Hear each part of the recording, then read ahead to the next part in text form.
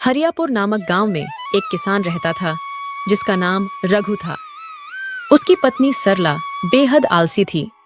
वह घर का कोई काम नहीं करती थी, बस सारा दिन आराम करती और दूसरों को आदेश देती। रघु मेहनत से खेतों में काम करता था, लेकिन सरला की आदतों से वह बहुत परेशान था।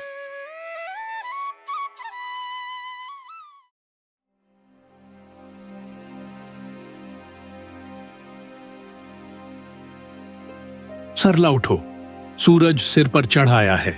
न चूल्हा जला है, न घर में सफाई हुई। मुझे खेत जाना है और तुम हो कि आराम फरमा रही हो। अरे तुम क्यों परेशान हो रहे हो? अगर भूख लगी है तो खुद बना लो, मुझे सोने दो। मैं खेत का काम करूं या घर का? आखिर कब तक यह सब अकेला करूं? ये घर जितना मेरा है उतना तुम्हारा भी है। थोड़ा तो ख्याल रखो। सरला बिना जवाब दिए वापस सोने की कोशिश करती है। रघु रसोई में जाता है और चूल्हा जलाता है। खाना बनाने के दौरान वह बड़बड़ाने लगता है। ये कैसी जिंदगी हो गई है? खेत में दिन भर मेहनत करता हूं और घर पर भी सारा काम मुझे ही करना पड़ता है। सरला को तो कोई परवाह ही नहीं। सरला, कम से कम उठकर देख तो लो कि घर का क्या हाल है। पूरा सामान बिखरा पड़ा है। ये घर है या भूतों का अड्डा?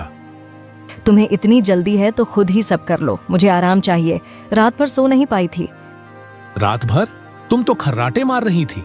कब सुधरोगी सरला? सरला चुपचाप लेटी रहती है। रघु गुस्से में खाना खाकर खेत के लिए निकल जाता है।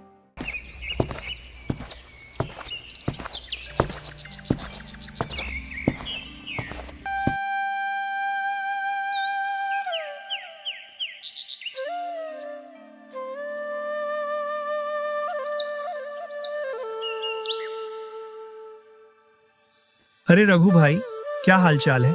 आज भी खेत में दिन भर पसीना बहाया। हाँ रामू, और क्या करूं? खेत का काम तो करना ही पड़ता है। खाने के लिए अन्न चाहिए। पर भाई, सुना है सरला भाभी घर का कोई काम नहीं करती। सब काम तुम्ही को संभालना पड़ता है। ये तो सही बात नहीं है। हाँ रघु, तुम बाहर इतना काम करते हो और घर का सारा बोझ भी उठाते हो। अकेले इंसान कितना करेगा? सही कह रहे हो भाई। मैंने उसे समझाने की बहुत कोशिश की, लेकिन वह मेरी बात सुनती ही नहीं। हमेशा बहाने बनाती है। रघु, ये बात ऐसे नहीं चलेगी। तुम्हें उसे समझाना होगा, और अगर समझाने से काम न बने तो कोई तरीका निकालना होगा। देखो भाई, मेहनत से घर चलता है, लेकिन जिम्मेदारी दोनों की होती है। अगर वह ऐसे ही लापरवाह बनी रही तो तुम्हारी जिंदगी और मुश्किल हो जाएगी। रघु इन सब बातों को सुनकर गहरे विचारों में पड़ जाता है। वह मन ही मन सोचता है कि अब सरला को सुधारने के लिए उसे कुछ करना होगा। उसके दिमाग में एक योजना बनने लगती है। अब इसे यूं ही नहीं छोड़ सकता। उसे ये एहसास कराना होगा कि घर की जिम्मेदारी सिर्फ मेरी नहीं, उसकी भी है। मुझे कोई ऐसा उपाय करना होगा कि वह खुद समझ जाए।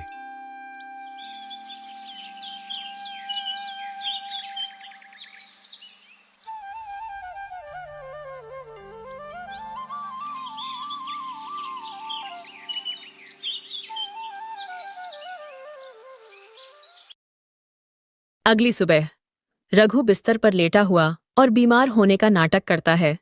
सरला आराम से सो रही होती है। सरला, ओ सरला, सुनती हो? क्या हुआ? सुबह सुबह क्यों शोर मचा रहे हो?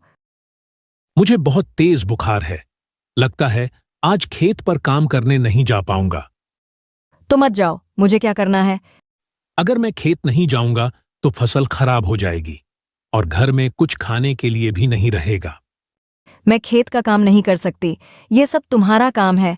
मैं इन झंझटों में नहीं पड़ती। रघु चुपचाप बिस्तर पर लेटा रहता है। 2 दिन तक वह कोई काम नहीं करता। घर का चूल्हा ठंडा पड़ा रहता है। दूसरे दिन शाम का समय, सरला को भूख लगने लगती है। वह रसोई में जाकर देखती है, लेकिन कुछ भी खाने को नहीं मिलता। परेशान होकर वह रघु के पास जाती है।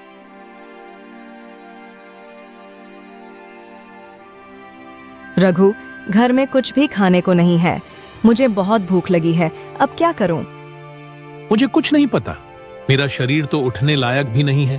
तुम ही कुछ इंतजाम कर लो। मैं क्या कर सकती हूँ? ये सब तो तुम्हारा काम है। जब मैं बीमार हूं तो जिम्मेदारी तुम्हारी भी बनती है। अगर हम दोनों साथ मिलकर काम करेंगे तभी घर चल सकता है। रघु के इतना कुछ कहने के बाद भी सरला की अक्ल ठिकाने नहीं आती। वो दोबारा सोने के लिए चली जाती है।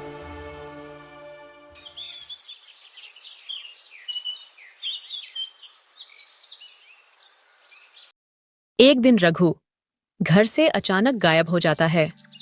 सरला को पहले तो यह चिंता नहीं होती, लेकिन जैसे जैसे दिन गुजरते हैं घर में राशन खत्म होने लगता है। एक दिन भूख से बेहाल सरला मदद मांगने के लिए गांव के रामू के पास जाती है।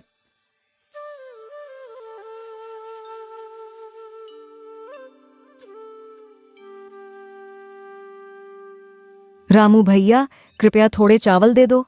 रघु कहीं चला गया है और घर में कुछ भी खाने को नहीं है। सरला, हम हर बार तुम्हारी मदद नहीं कर सकते। जब तक तुम खुद मेहनत नहीं करोगी तुम्हारी हालत नहीं सुधरेगी। मैं क्या करूं रामू भैया, मुझे कुछ समझ नहीं आ रहा। तुम्हें खेत पर जाकर काम करना चाहिए। अगर रघु नहीं है तो घर संभालने की जिम्मेदारी तुम्हारी है। सरला मजबूरी में खेत की ओर जाती है। धूप तेज होती है और सरला को खेती का कोई अनुभव नहीं होता। फिर भी वह फसल की कटाई करनी शुरू कर देती है। उसकी हाथों में छाले पड़ जाते हैं, लेकिन पेट की भूख उसे मजबूर करती है।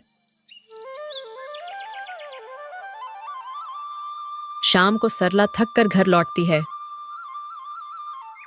घर का बिखरा सामान, ठंडा चूल्हा और खाली बर्तन उसे परेशान कर देते हैं। वह खुद से बड़बड़ाने लगती है। रघु ही सब कुछ संभालता था।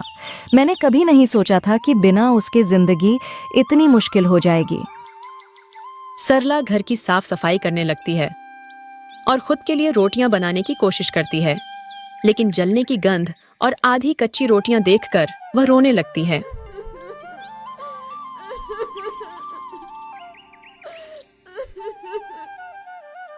मैंने कभी रघु की मेहनत को समझा ही नहीं। अगर वह लौट आता तो मैं कभी आलस नहीं करती। उस रात सरला भूखी सो जाती है। उसे रघु की कमी बहुत महसूस होती है।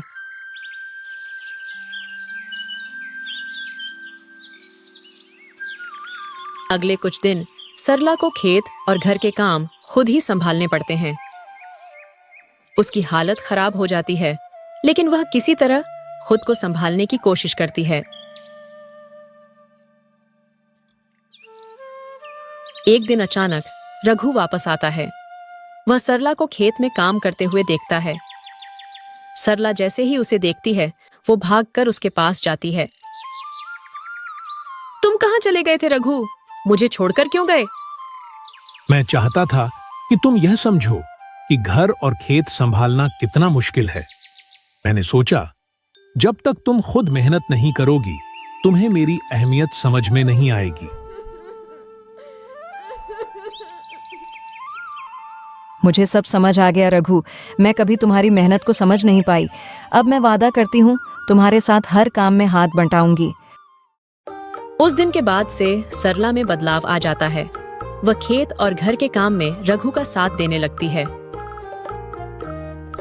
दोनों मिलकर मेहनत करते हैं और धीरे धीरे उनकी जिंदगी बेहतर होने लगती है। रघु को अपनी योजना सफल होते देख खुशी होती है और उनका रिश्ता पहले से मजबूत हो जाता है।